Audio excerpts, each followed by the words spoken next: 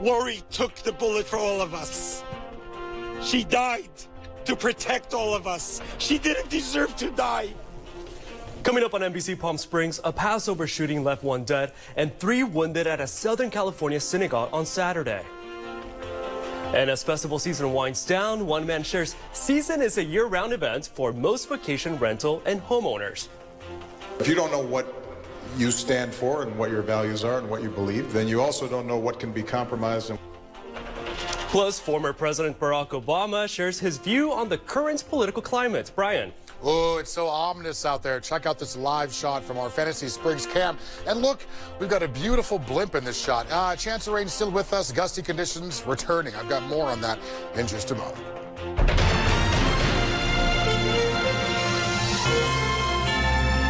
This is NBC Palm Springs. Good evening and thank you for joining us tonight. I'm Max Rodriguez. Daytona Everett is on assignment. First on NBC Palm Springs. The small town of Poway, a suburb in San Diego, is mourning the victims of Saturday's deadly synagogue shooting. A 19-year-old gunman allegedly opened fire on worshippers observing the last day of Passover. A 60-year-old woman was killed and 3 others, including the rabbi, were injured. Now President Trump and other lawmakers are denouncing the attack. NBC's Jennifer Johnson has the latest from Washington. Flowers laid outside the Chabad of Poway Synagogue after Saturday's deadly attack. 19-year-old John Ernest allegedly opened fire with an assault-style weapon as worshippers observed the final day of Passover. A 60-year-old woman was killed. I turned around and I saw the children that were playing in the banquet hall. I ran to gather them together. My granddaughter, 4.5 years old, sees her grandpa with a bleeding hand, and she sees me screaming and shouting, "Get out, get out!" Ernest reportedly published a hate-filled online letter and claimed responsibility for an arson attack last month at a California mosque. We've got a big hole in our heart, but I think we're very, very fortunate. The death toll could have been higher. The gun may have jammed, and an off-duty Border Patrol agent who was in the synagogue fired at the fleeing suspect. President Trump denounced the attack. We forcefully condemn the evil of anti-Semitism and hate, which must be defeated. But some lawmakers say condemnations aren't enough. There is just too much acrimony in our electoral process, in our interactions with each other. Rabbi Goldstein says the deceased, Lori Kay, was a founding member of the congregation. Meanwhile, police here in Washington and in other cities have announced they are stepping up patrols around places of worship. Jennifer Johnson, NBC News, Washington. And the affliction of this hate crime is being felt here in the Coachella Valley. The Jewish Federation of the Desert issuing a statement sharing their condolences and reinforcing the need for security and safety. In the statement, which reads, attacking people at prayer is particularly heinous act. This anti-Semitic hate crime is a sad reminder of our continued need to fight in every quarter and with every means. Jewish Federation of the Desert will always stand firm against anti-Semitism, hate, bigotry, and intolerance. And festival season is coming to a close this evening with the last 2 big events wrapping up. The 2019 Stagecoach Country Music Festival finishing big with Jason Aldean, and those not loving the crowd nor the heat can tune into SiriusXM's The Highway for the live broadcast of the festival. And on the other end of the valley, White Party, billed as America's largest and longest running gay dance music festival, is also on its last day. The 30th edition in Palm Springs expects to see more than 30,000 people this weekend, and the fun ends tonight with drag queen Ray's Shangela and Canadian singer Deborah Cox. And for the last 3 weeks, rental homes across the valley have been filled with visitors. And it's not always those crazy partiers. Our Daytona Everett gives us a tour of some of the luxury rental homes across the street from the Empire Polo Grounds that are bringing lots of visitors and, of course, lots of dough.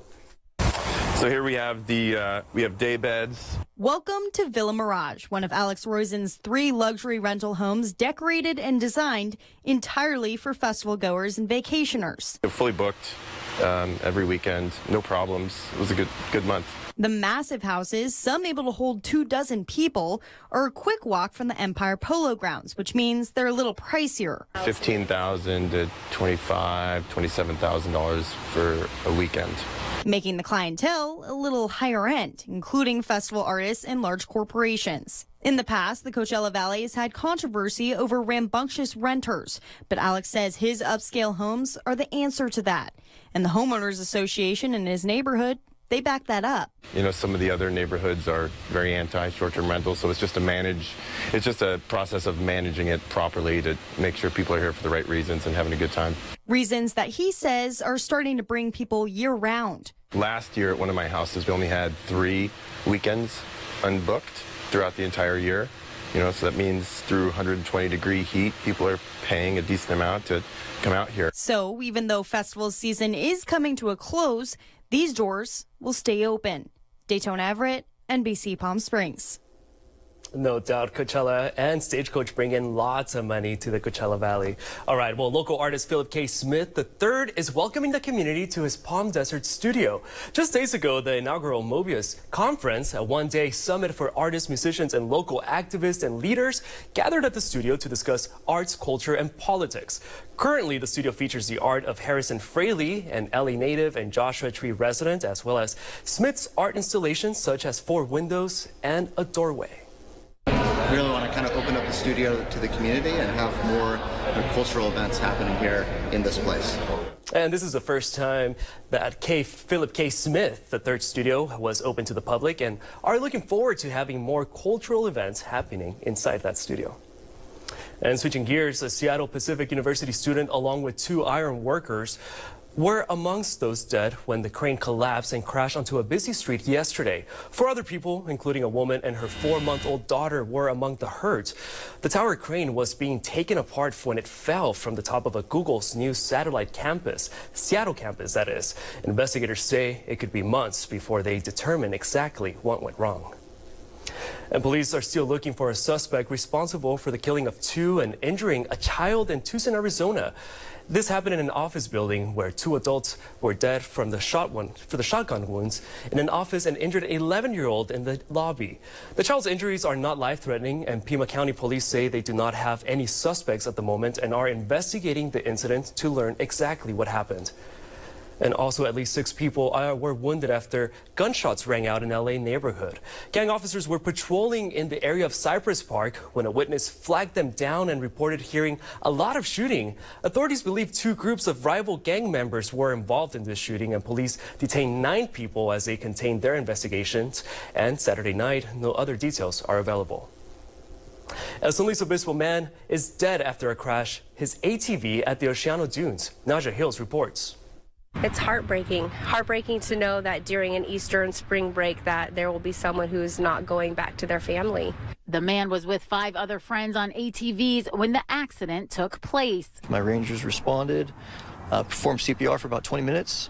CAL FIRE arrived on scene, took over patient care, and then went ahead and pronounced the patient deceased at that time. A San Jose woman was also killed in an off-road vehicle last Friday at the dunes. Officials urge visitors to slow down and pay attention. So yeah, when you come to our park for anything, if you're coming out swimming, surfing, or riding in the dunes, you know, best to know your area and your surroundings, you know, operate within your skill level, know where you're riding. Park rangers say speeding is one of the leading causes for bad accidents at the dunes. One longtime Oceano neighbor says as the recreational area has gotten smaller, he's seen an increase in accidents from the congestion. A lot of people don't really know what they're doing, and they're out there racing over, and they go over these top of these dunes, and somebody's coming up the other side and they collide. Officials say many visitors just aren't experienced, which causes a threat to everyone. Life is too precious to not play safe. Take precautions, do what you're supposed to do, go home safe, have fun, but take care of what needs to be taken care of so that you can go home. Alrighty, well, not a lot of sun rays today. Let's check in with Brian Gallo standing by at the AccuWeather forecast. Brian.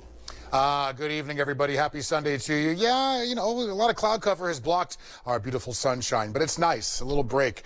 We are going to see cloudy conditions continue as we move through the next couple of days, and they're trying to bring in a chance of rain. If you haven't noticed, shot of rain joins us this evening into tomorrow morning.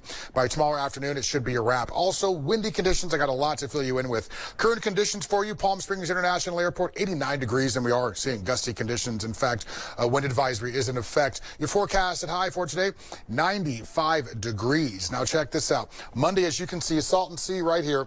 The majority of this moisture, as you can see, wants to stay well north of us as it continues to move north and east. But we are still looking at a 20% chance of rain, light rain, again, through tonight and tomorrow morning. Best shot is really during the AM hours. This wind advisory will be in effect until tomorrow come 11 p.m. So just do expect gusty conditions. I've got a lot more for you coming up in just a bit. Back to you, Max. Fantastic. Thanks, Brian. We'll check in with you a little later. And coming up, a major drink corporation is in the works of suing hundreds of farmers for potato patent infringement on the world-famous Lay's chips. Plus, the U.S. economy growth is up 3.2%, disputed government shutdown, and looming tariffs, trade wars, how this is affecting the campaign trail straight ahead.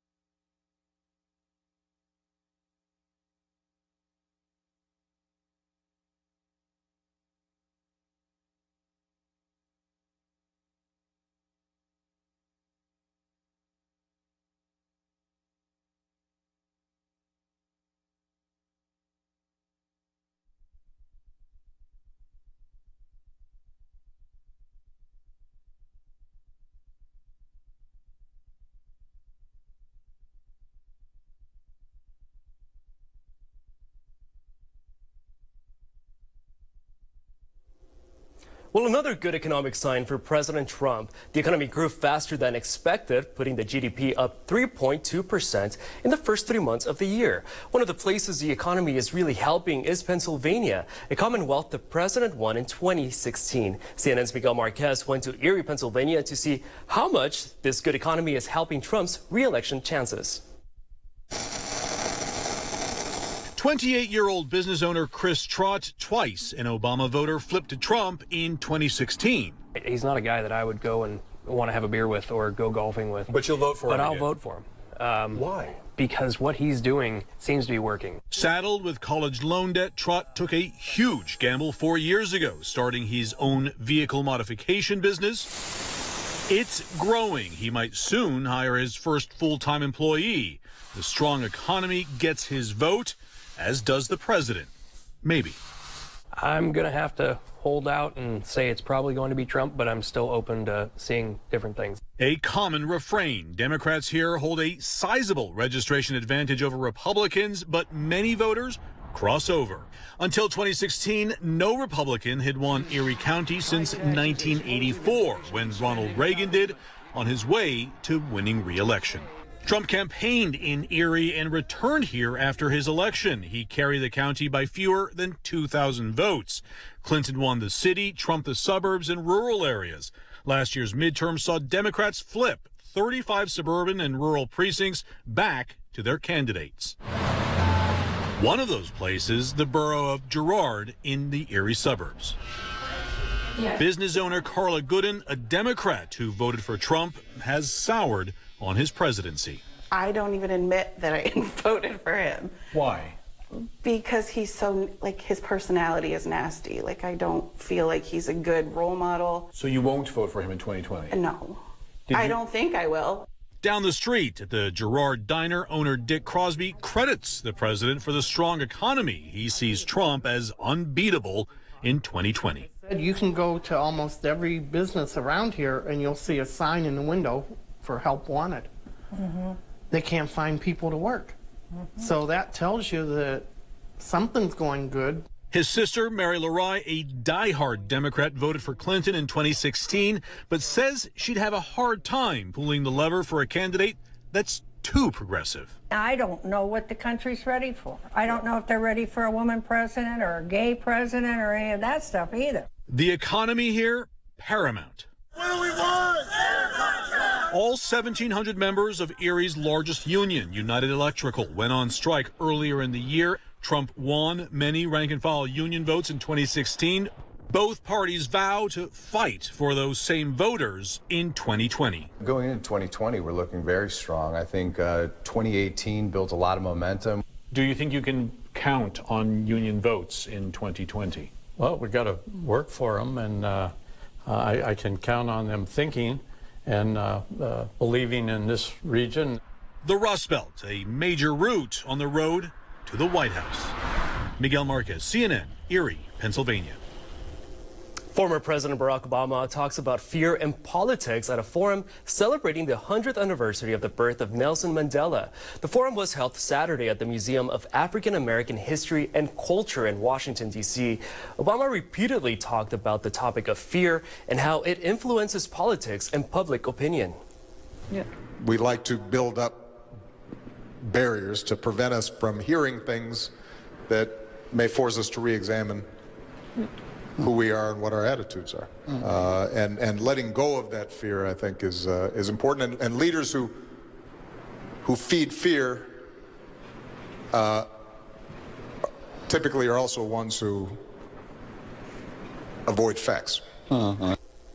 At the end of the forum, Mandela's widow compared Obama to Mandela, saying both believed in investing in the next generation of leaders.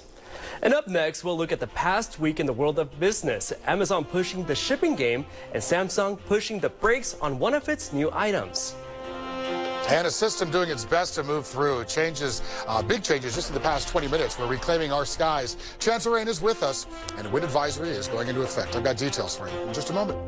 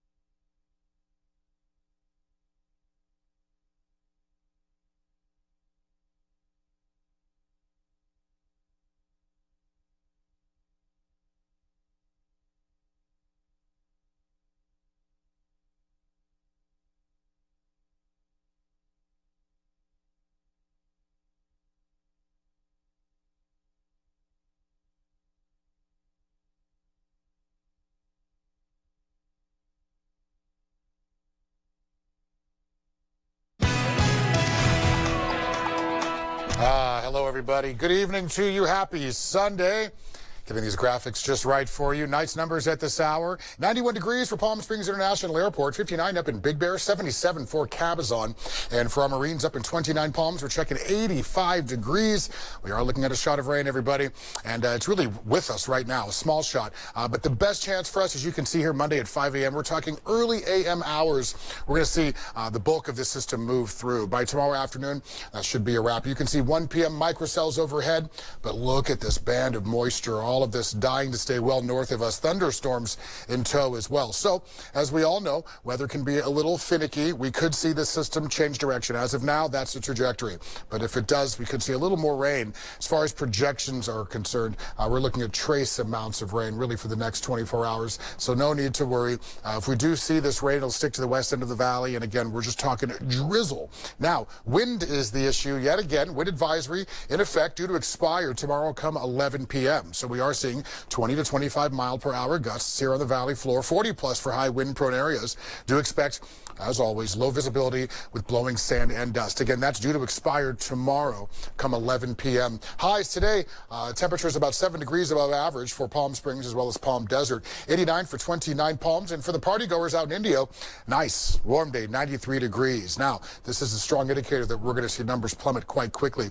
As far as lows are concerned, 56 degrees for Palm Springs, 60 for Thousand Palms, 34 up in Big Bear, and 49 for Banning. Tomorrow's highs, check this out, getting a little break from the heats. Actually, we're going to jump back on that just briefly just to show you exactly what to expect. 76 degrees for 29 Palms, 80 for Thousand Palms, and as you can see, though, just about 80 for Palm Springs. Dew points on the high side, which is fantastic.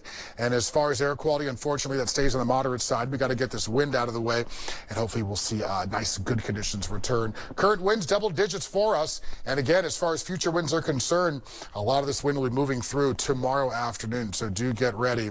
Again, wind advisory in effect until 11 p.m. tomorrow. Numbers bumping back up come Wednesday. No triple digits in the next 7 days. That's good news. We've got more for you coming up in just a moment. Stick with us.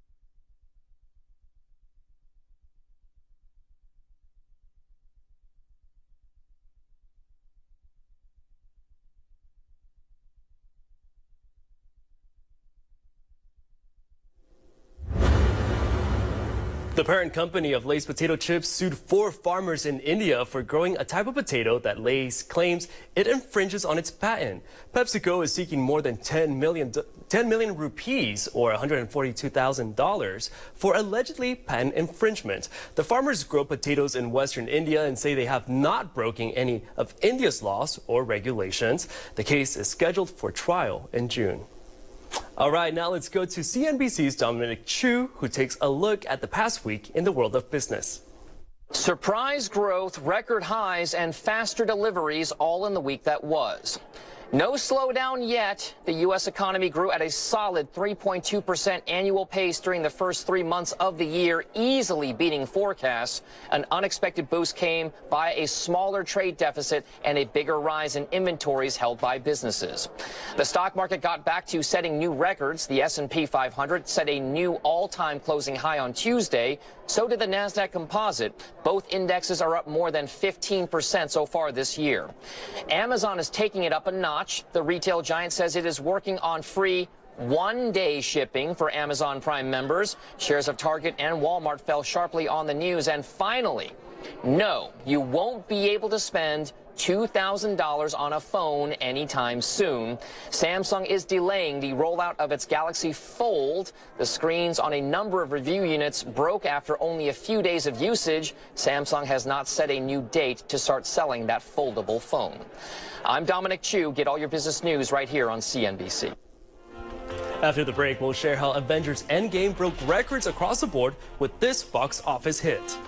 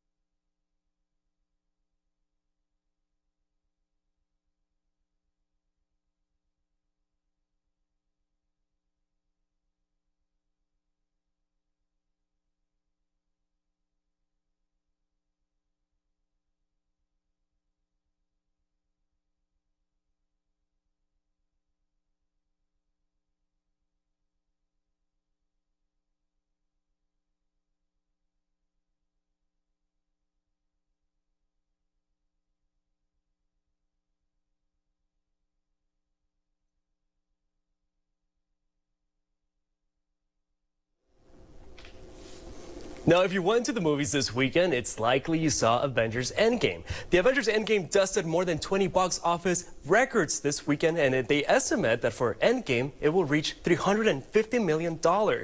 This record includes the biggest domestic debut ever, surpassing previous record holder Avengers Infinity War. And before we go, one last look at the weather with Brian Gallo. Brian? Yes, yes. Good evening, everybody. As you can see, windy right there. Wind advisory is into effect, due to expire tomorrow come 11 p.m. Also, a small shot of rain joins us this evening. Wrapping up tomorrow late morning. We're talking light rain for the west end of the valley. No need to wash your cars. Nice 7-day, though. No triple digits just yet. Fantastic. Brian, well, we could catch Endgame between now and the 11. Cool. We'll see you at the movies. See you at 11. We'll be right back.